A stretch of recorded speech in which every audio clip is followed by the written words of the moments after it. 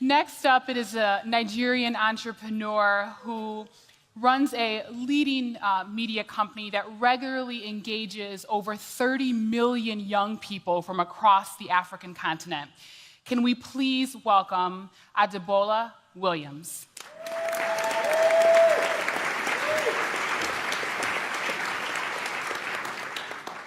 Good evening. It's good to be here. President Barack, thank you for the opportunity. I look forward to not taking a selfie with you, but shaking you and hugging you and looking you straight in the eye for that photo. You see, Africa is a very exciting place to live as a young entrepreneur. In Nigeria, where I live, a very attractive place to build business. But it wasn't always like this. I was inspired, like Paulo, who we heard in the first session yesterday, to use the media to change the narratives in 2004. I mean, we all know the stories. Young people desperate to leave the country, United States for greener pastures, Italy for prostitution, advanced free forward on the internet, all of these negative stories. There was a pungent smell of helplessness. There was no talk of youth enterprise. No signs of youth engagement in politics. There was very little to be inspired by. In my travels across Africa, from Uganda to Somalia, from Ghana to Senegal, I found that many were faced with this common enemy, helplessness. Helplessness because we're mostly dependent on government, but these governments not dependable. When you have consistently seen careless display of incompetence by leaders, absence of empathy and concerns for citizens, and failure to execute important infrastructural projects, it is easy to feel hopeless. It is easy to feel like you don't have a chance to compete or collaborate with your contemporaries around the world. But in despair lies several opportunities, especially to be pioneers, especially to be great. When we were 18, two friends and I started an initiative to combat the helplessness directly.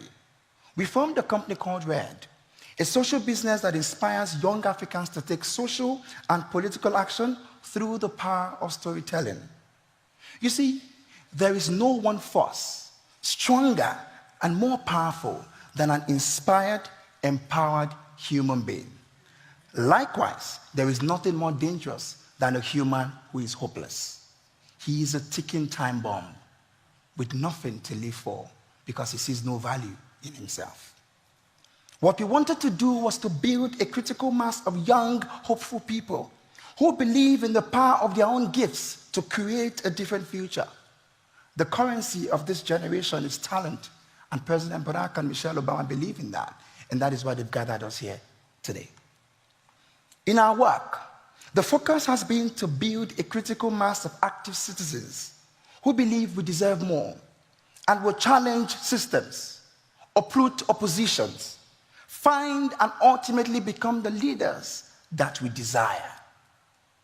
Case in point, 5 years ago, we led against the National Assembly of Nigeria a march called Enough is Enough, to demand that the then vice president be made acting president in the absence of our president who was ill, sick, we didn't know what he was, where he was. Merging pop culture with advocacy, a potent strategy to attract mass youth action, we moved to the city capital, Abuja, with top actors and musicians. This, of course, helped to attract many young people, but mainstream media didn't pay us any attention. But using the power of social, we tweeted Enough is Enough at such volume, it started trending all over the world. The entire slate of media we invited that ignored us started calling, from CNN to BBC, Al Jazeera to NTA. They all wanted in. That day, the government realized that there was a new generation of young people they had to negotiate with. But most importantly, the young people realized that we wielded a new kind of power. Immediately after the march, the president joined Facebook. And 1 year after that, he came from the city capital to Lagos to court young professionals. This was unprecedented. The next task for us was to build media we could control. So we set up whyniger.com, a premium youth perspective platform that gives citizens a voice. You see, I like to say that the media is the most powerful estate in the world. The media shapes, the media defines our colors, our choices. It determines what brands you buy, where you live, what you do. It changes society from being back our girls to take a knee to women now behind wheels in Saudi Arabia. Our daily thought at Why Niger is to teach a critical mass of young people to think, to act, and to grow. Media must drive agendas. Media must shape the conversation. Media must provoke action. And as we realized this, more questions arose. We asked ourselves, how do we help people get the governments they desire?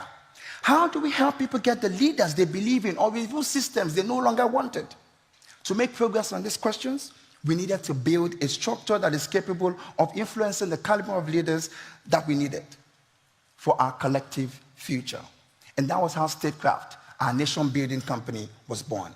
With Statecraft, we have been part of 3 successful elections, but the win is truly never about the candidate. It is the fact that the votes of the majorities counted. It is the fact that the voices of the people were heard. And when Nigeria did it, Ghana latched onto it. Now Kenya is tearing hard at it. I look around the continent now, and my heart beams with joy at the strides from enterprise to innovation, advocacy to governance, still growing economies, but Africa is woke. Finally, I have learned, and if we have learned anything in the last 2 days, it is that nothing can be more powerful, as Margaret Mead said, than a committed group, no matter the size. So, the task before us, we must continue to demand.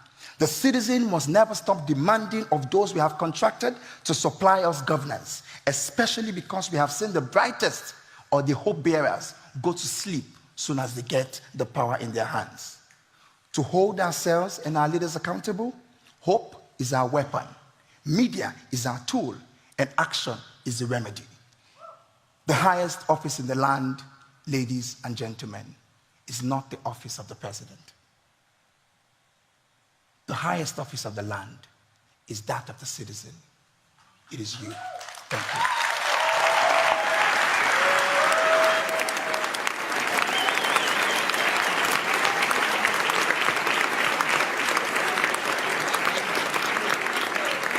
Thank you so much, Adebola.